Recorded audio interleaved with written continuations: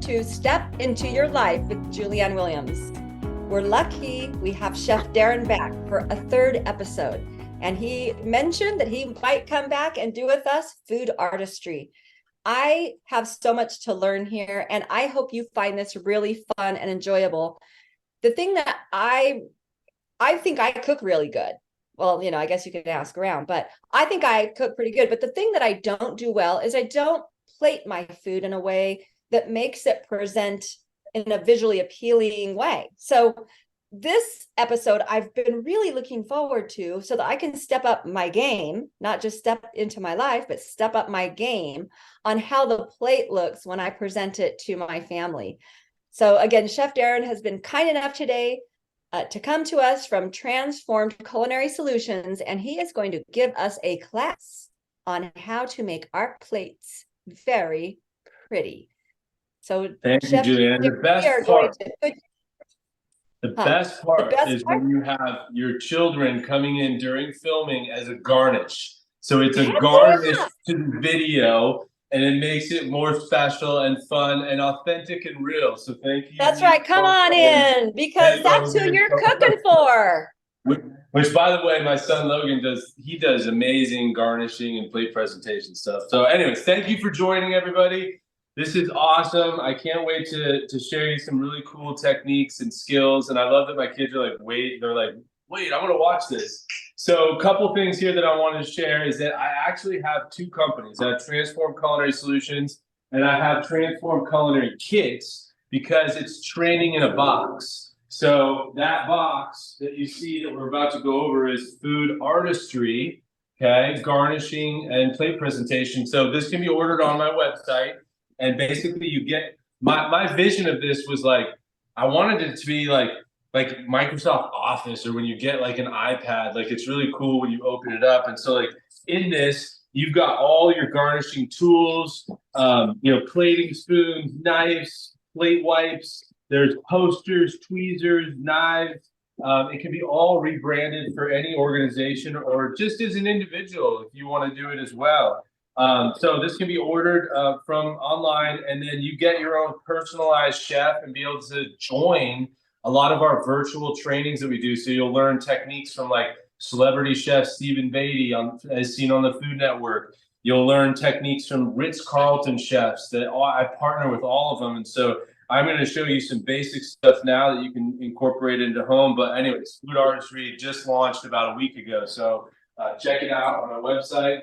So and did you see all that stuff in there? I think it's so cool. I did not even know. I think maybe that's partially why I said my plates don't look very pretty, is that you use food wipes. So anyway, you do. I learned something. Yeah, the food wipes, and a lot of times in kitchens they'll use towels and sanitizers and and wipe them down. A little trick that in the kitchen we would use asparagus rubber bands, and we'd take a white towel, wring it out with a sanitizer, and wrap the rubber band in the center and use that as a wipe. And then once that got dirty, we'd flip it and do the other side.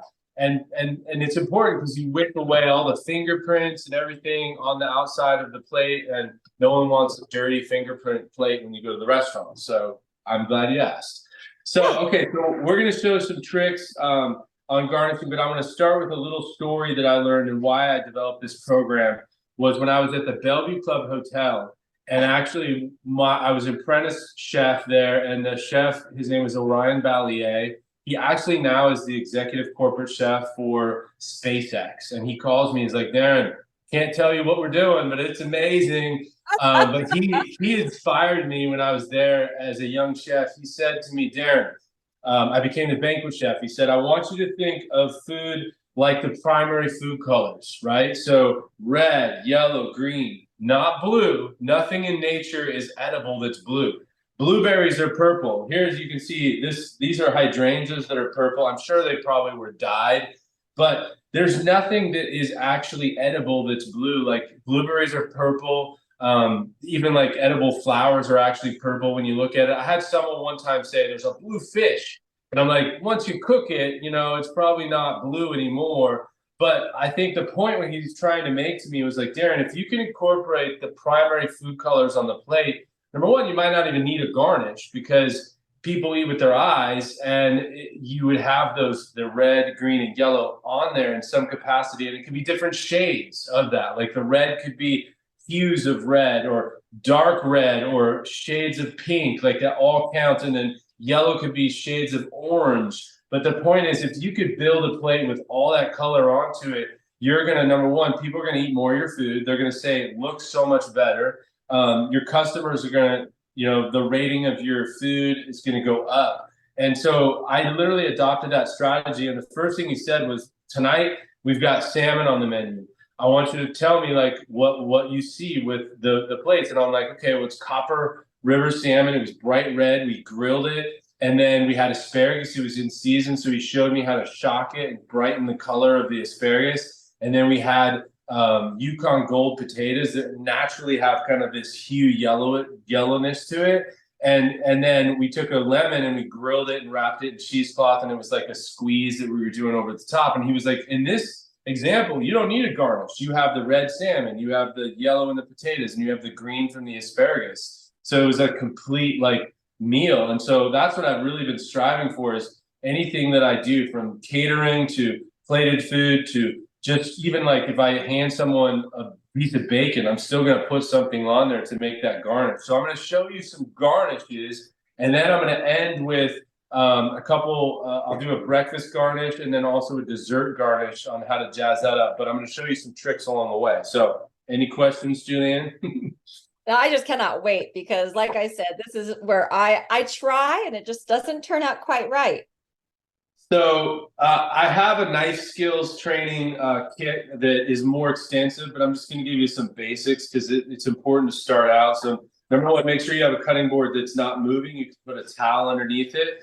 It's important on how you stand and the level of your table so that you're not like crouched over and bending, because you can get back pain. You want to be shoulder length apart. And what you're kind of creating is a 90-degree angle when you're cutting. So if you have products, you're creating a 90-degree angle, and you want to be looking down at the surface of the blade so that you see the end of the blade, not any of the sides. You want to be looking down and all you see is that top of the blade.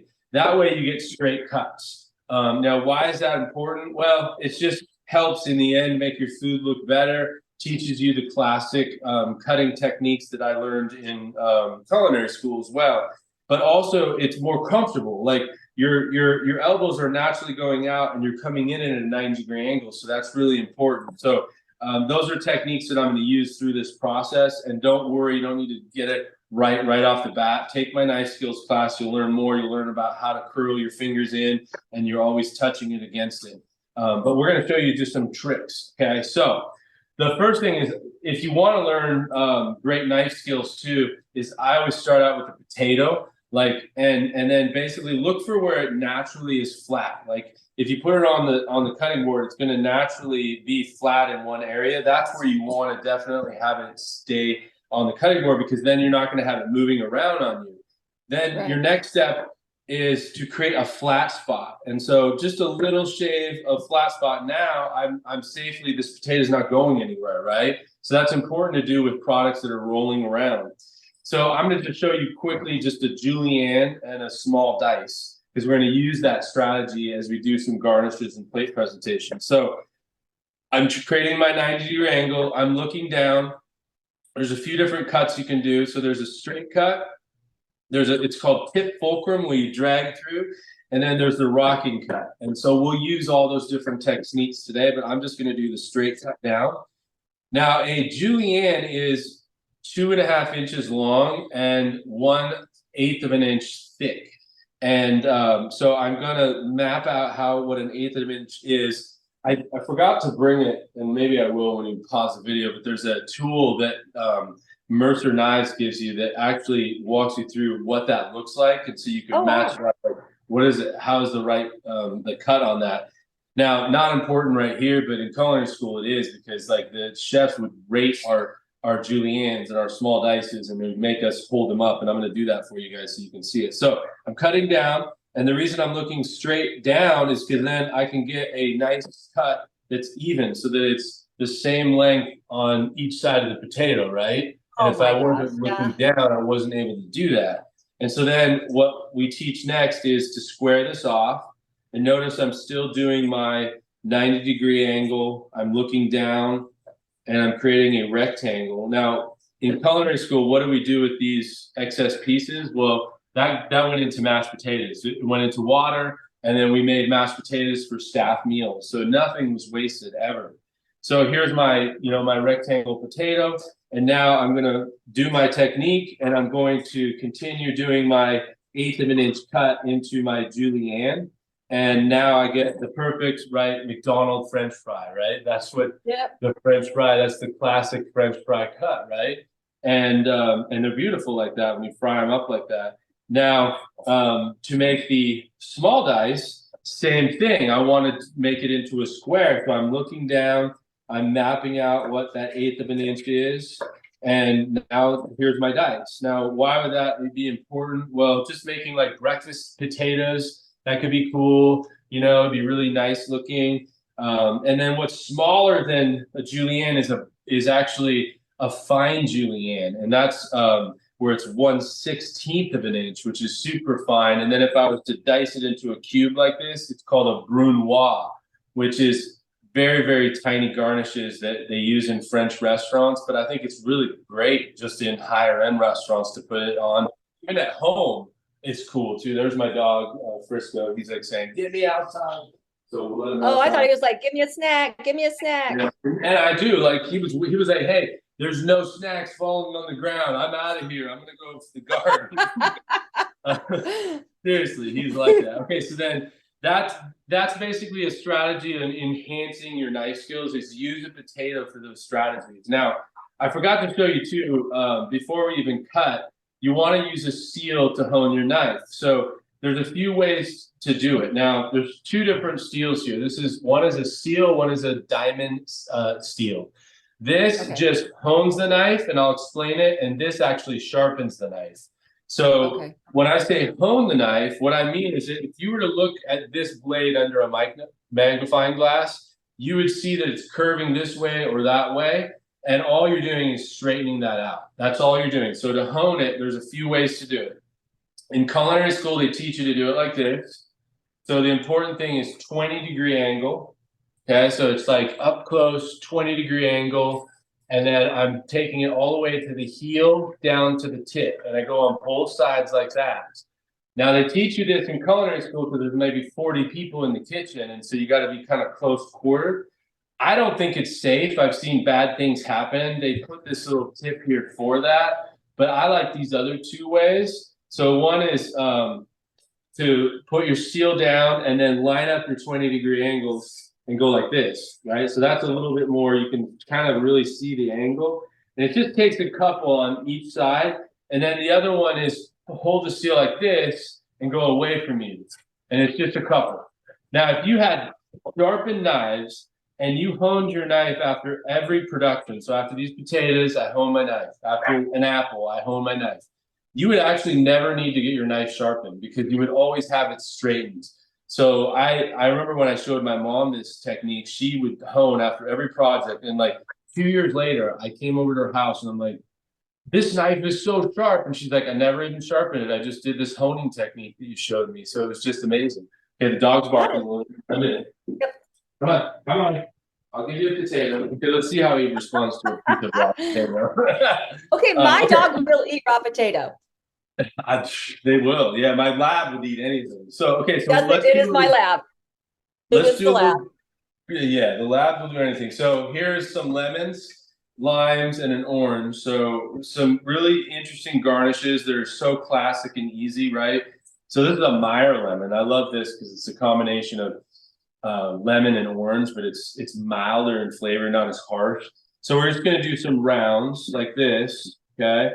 Now, just even that is a garnish, right? Like with salmon or something, put it over the top. With chicken, before you put it in the oven. I mean, wonderful, right? But the simplest thing is do a twist, right, on the plate. So maybe you do this on the plate, like just that gives it a pop, right? And then you get the smell and the freshness of it. And sometimes I've had chefs say, "Well, lemons are expensive," and I'm like, "Okay, fine. Then cut it in half, and then cut it again and do a twist out of that little slice. So you can be cost effective too, like how, with your products, So sometimes now that we happens. know when we go to a restaurant, if we have a half of a lemon with a twist, we know You're that right. Then you have a problem. So they're being budget conscious. So do the same thing with limes, right? So do the twist. I think that's great. So with chicken, fish, I think that's wonderful. So that might be your green color that you might need on the plate, and maybe that's going to add something to it. Obviously, lime is entirely appropriate for any Hispanic dishes, Mexican dishes, that style of stuff. Anything spicy, I think it's great too. So there's the citrus fruits, basic stuff. Then like an apple. Okay, so how to cut an apple. So what I do is cut it. This is a Honey Crisp. Cut it in half like this, then into quarter, and then turn my blade at the side and go this way to cut the core out, just like that. So you end up with this, and then what you can do is do slices with the knife. And still just kind of like making sure you check yourself. Are you 90-degree angle? Are you looking down?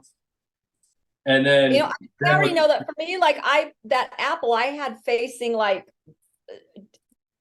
up and down, like you have the one half instead of changing it around to that angle. And that's, already, again, I've learned now like 4 things. And then this is a learn that I learned from a chef. So like fan the apple like that, right? Like when you serve it, it's kind of cool, and you can do like 3 or 4 of them.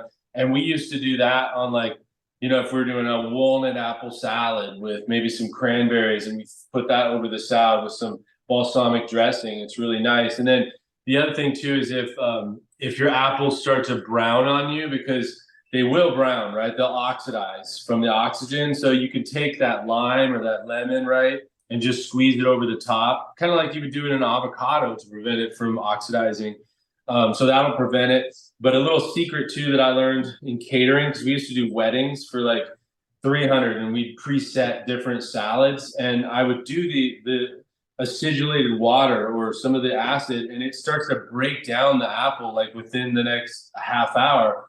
And so I learned from this Japanese chef. He's like, "Oh, soak it in Sprite or Sierra Mist, and it literally will never brown," which is kind of scary. But from a catering perspective, I could preset salad, and they would stay in the refrigerator for like 24 hours and not brown. So cool little technique. That's wild. And the apple still tasted good. Exactly. And then let me grab an avocado real quick too, because I think this is just one of those basic things. But here's an avocado. And then how to get into an avocado. A lot of people do it different ways. I like to cut into it down to the pit. Whoops, I fell out of it. Then spin it on the knife, then turn it, right? And then I hit the seed, and then I spin it like this, and then it pops right out.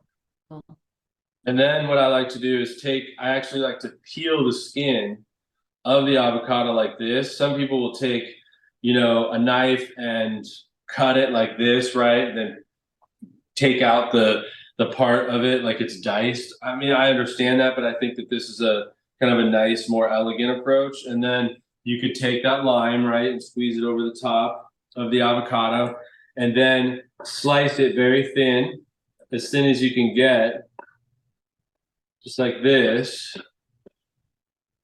And then this is the Achevel technique that they teach you in French, is you just gently push it like this and kind of mush it out like this. Like even Japanese restaurants will do it with sushi and stuff.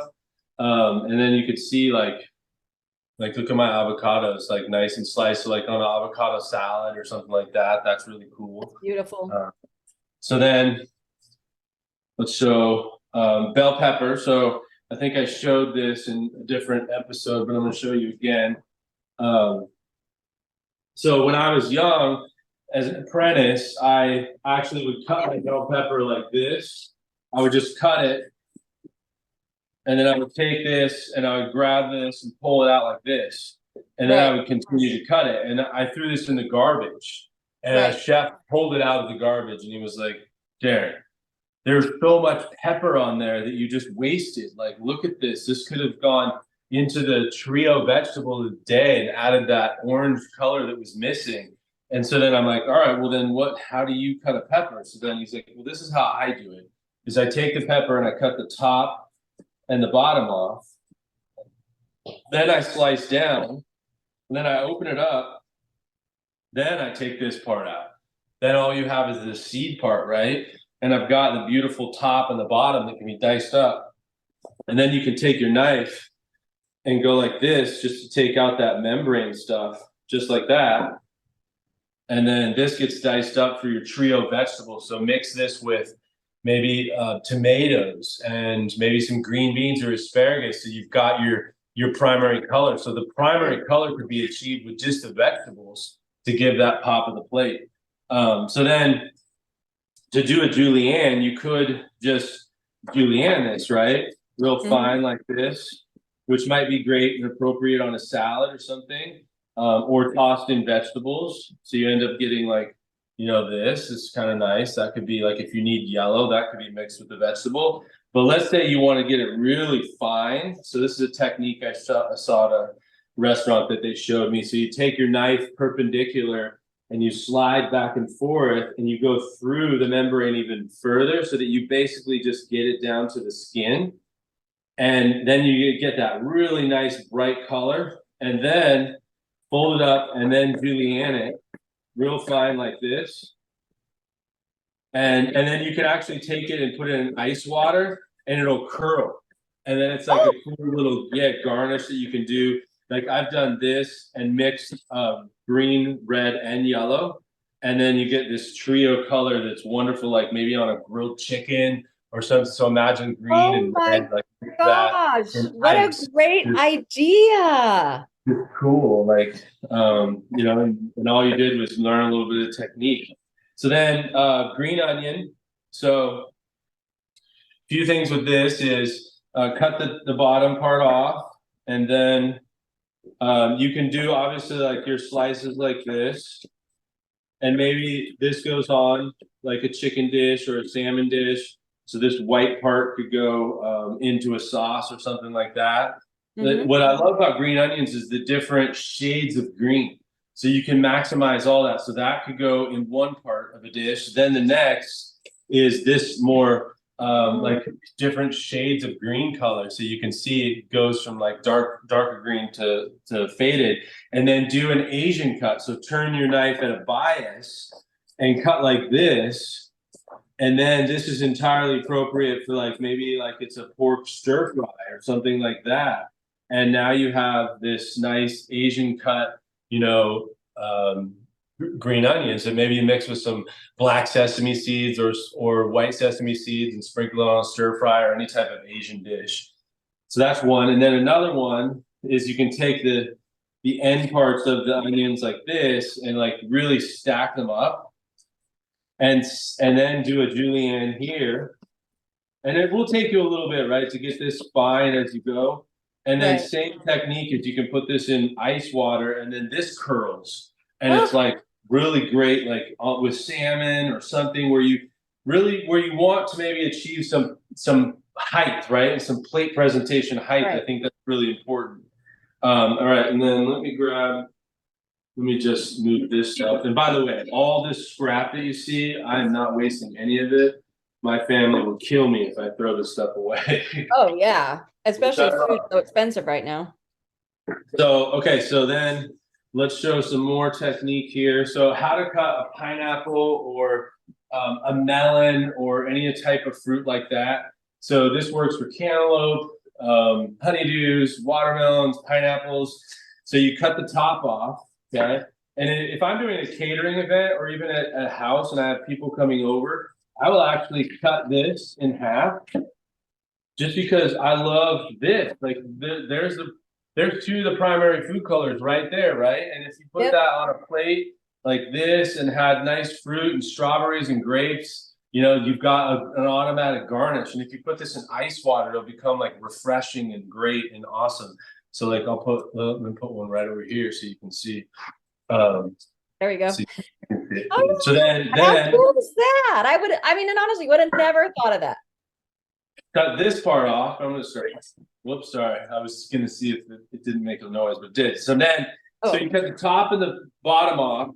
Then what you're doing is you're going around it, right? You're shaving off the skin. So you would do the same thing for a pineapple, a honeydew, a watermelon. I tell you, just universal. Every chef in every hotel, every restaurant is doing this technique that I'm showing you right now when they're cutting their fruits. For Now the bigger that's so, fruits. if I showed you the convoluted way I cut up a cantaloupe, you, oh my gosh, that's so much easier.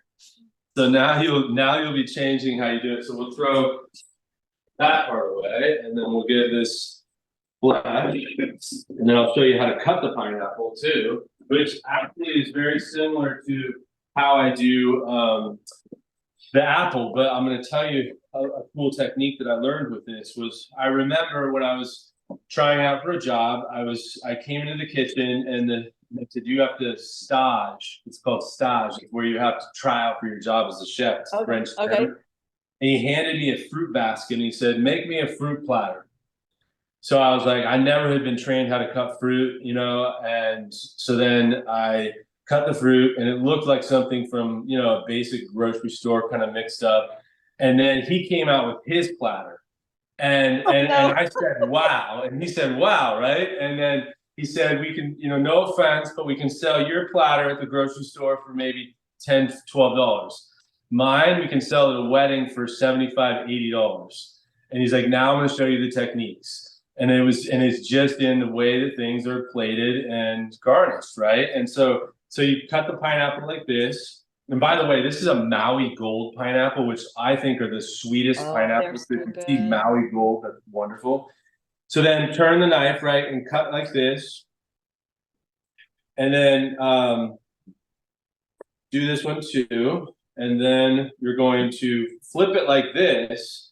And then do your cuts. And the first couple, like the knife will stick to it, right? But then as you go through, it won't stick anymore.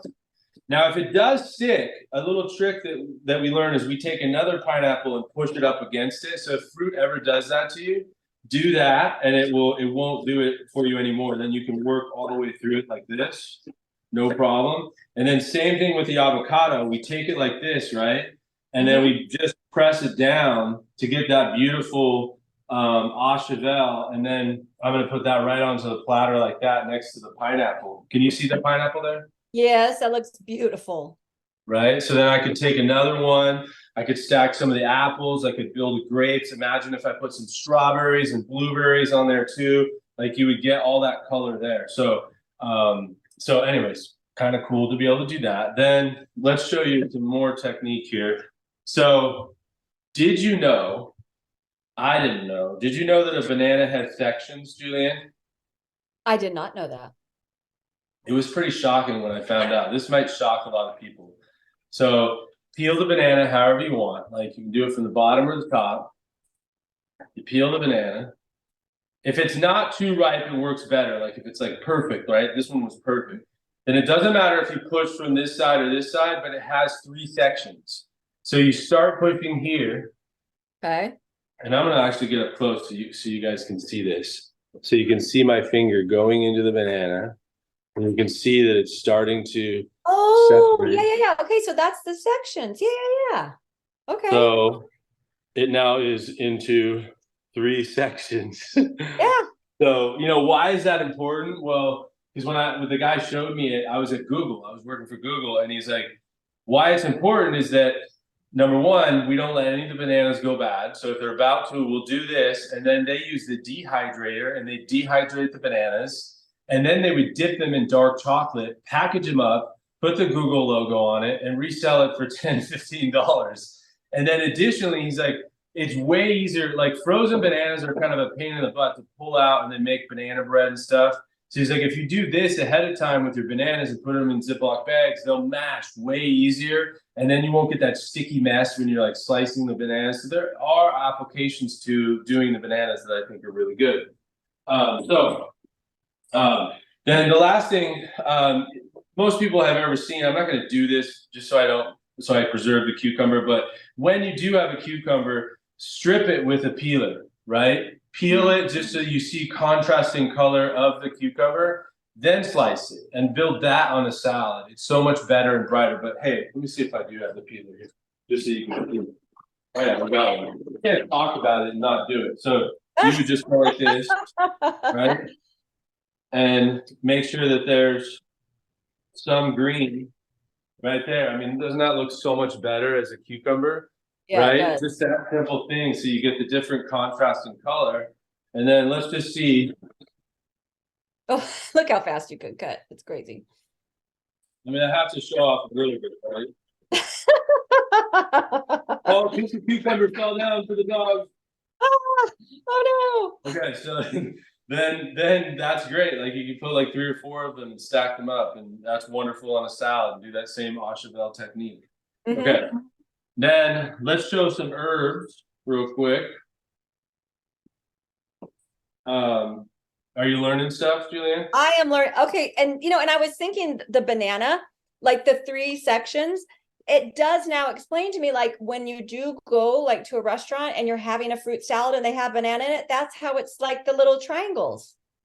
Right, exactly. Yeah, no, you're right. So whoever did that knew about that, and they did the banana like that. That's interesting. Yes. So that's, and I mean, and the pineapple, using the greens from the pineapple like that, I'm going to try that now too. That's So beautiful. then I wish I had a bigger orange, but I could show you. This is someone is, diabetic, or they got to watch their sweets. This is a cool thing you can do with an orange. This is a little satsuma, but I'll show it to you. So you do the same technique with the pineapple, cut the top and the bottom off, and then go around. You could use a paring knife if you wanted to. So you're just cutting off the excess skin of the orange, and then you've got it ready to go. Then make sure all the skin is off, and then have a plate, and then you cut out the first wedge, and you pluck it out, and then go to the next one. It'll just pluck right out. So you just go right after it, and it plucks out, and all you're left with is the membrane. And I remember when I had someone show me this at the restaurant, because they had a guest come in that was like, I don't want like heavy dessert. I just want some fresh fruit. And this was a way that the chef did that I saw that it was healthier, right? And kind of fun. And so then I did the same thing when we had kids, and my wife's like, I just don't want them eating all that sugared stuff, right? And so then you take it and you shape it into a little pinwheel. I mean, it doesn't take long, and you can visualize that this is a bigger orange, right? Or even a piece of grapefruit. Then take that leftover that and put the juices on it. And imagine that's a big orange, right? It's a little pinwheel of orange, and it's fresh. How cute is that? So it's little mandarins, and you could do that with the larger fruit, and it's a great healthy dessert. And you could even garnish it, right, with a little bit of peppermint or fresh mint. I've got little mint here, so why not a little garnish on there? It makes it a little bit better, a little pop of color. Okay, so then let's get rid of this. Then so cut the middle of the orange and slid the pulp out. Exactly. Yeah, that was exactly what I did. So okay, so let's show you chiffonade. So this is fresh basil from my garden. Oh my gosh, so good.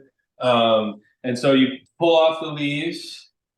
And this technique that I'm showing you can be used for making like lettuce with tacos, other herbs that you could stack up. And basically what you do is you stack them up like this, and you could do more, and then roll it up as tight as you can get it. And then do your technique of 90-degree angle. And then I'm using the rolling technique here, and I'm running my knife through as soon as I can get it. And I learned in the restaurant that if you do this, if the knife is sharp, the basil won't bruise, and it'll stay nice and good for you. And then if you put it into a little pan with, a damp towel on it, it literally will last like a week like that, nice and chiffonade. Wow. And like imagine that over like fresh spaghetti, bolognese sauce, over pizza. I mean, it's just so So good. And then, you could do it with sage. Garnishing too. The other thing too is that I always like say garnishes should be edible, right? They shouldn't be something non-edible. So I would never put like a rosemary sprig in with my dish, but I might chop it, or I might use the sprig and pull off some of the leaves and use it as a skewer to grill scallops or shrimp or something like that. But I would never put rosemary just on the plate like that. Okay, well, that's interesting. I was at an event last weekend and they had these like phyllo doughs with caramelized onion on it. And then they put a big old sprig of rosemary in it. And I was like, I mean, I guess in a way it looked okay, but you just end up pulling it out and putting it on, it wasted it. So you thought it. You were like, that's interesting. Like, Yeah. and someone could have eaten that. They could have eaten it and started choking and being like, I thought I could eat that. I mean, so there's that whole element too.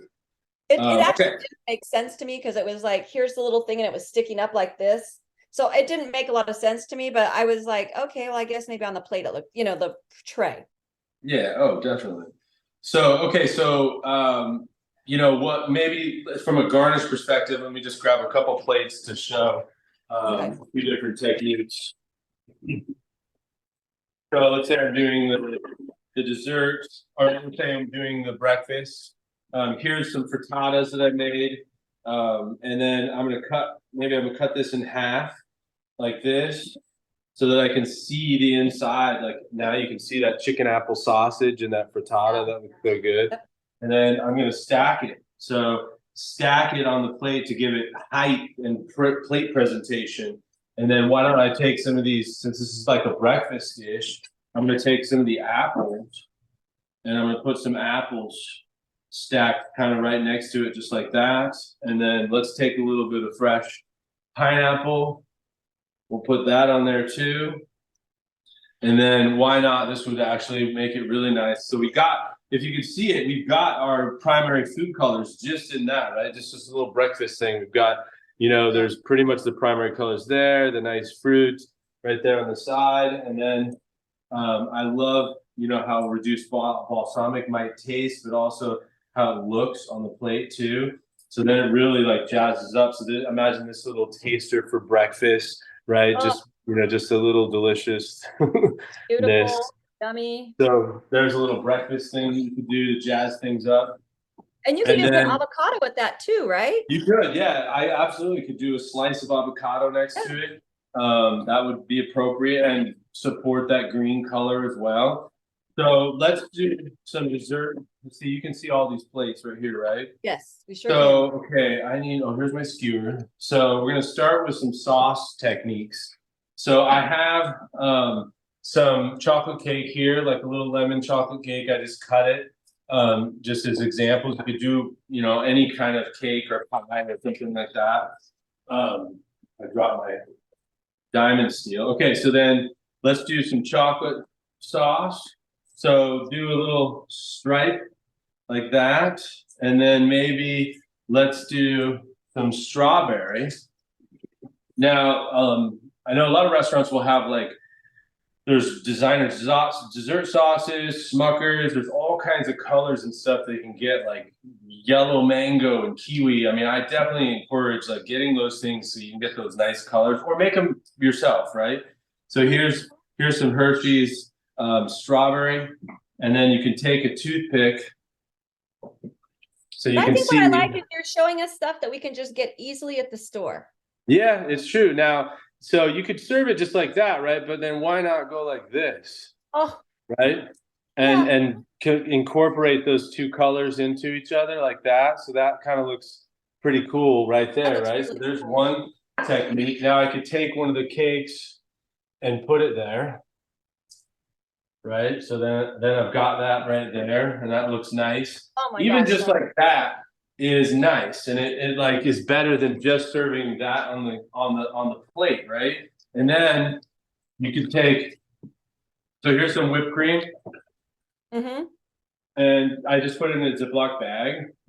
You could have a tip. I actually had one. I couldn't find it, so that's fine. You just cut it at an angle. And then I'm gonna actually pipe some of the whipped cream right here, just a little bit, and then take some fresh mint that I have from the garden. I have some peppermint too, which is kind of cool. So I like the way that that looks. So I'll put a little peppermint there. Then why don't I take one of these orange twists that we made and we'll put that on the top, just like that. And then one more thing, sorry. No, love it. I like this powdered sugar because Oh, then you get the contrast on that chocolate top right there. So then here I just took this basic cake and like made it into something that's really spectacular oh my looking. gosh. That is gorgeous. So there's that. Then you can do some other fun stuff like let's say you got some caramel sauce. Yay, my favorite. So some caramel. And then we'll do some chocolate. You could go this way. Just like that. Then you could go like this through it. And then you could put the cake on there and you could take the cake and cut it smaller. Make this a nice, really chocolatey, rich sauce. Maybe I'll put a little bit right on the top. And then take some fresh berries. I like the way, like, one thing that's cool is like a blackberry. If you get a jug, look how big this blackberry is. It's huge. Dang, that is huge. It's like as big as my finger. It is. So then I like to cut them in half. Uh-huh. Because they're gonna have just sometimes when you take fruit by itself and you change it, you can actually bring out the natural hues and color just in that. And it's a different, you'll see it when I bring it up there. And then you can take maybe with the mint, maybe I've taken just a few leaves and I put some leaves just on the plate too, just like this, to give it a little bit of artistic kind of approach. And then you look at this, like the blackberries up close. So you can see that. Gosh, that's beautiful. That's cool. And then the other one that's kind of interesting too, see if I have this. Well, let's see. If I had a white chocolate, it'd be better. So you can do like 3 like dot little rounds on the plate, right? And then let's do it with the caramel. We'll put the caramel in the center. Just like that. And like if it was like Valentine's Day, then you can take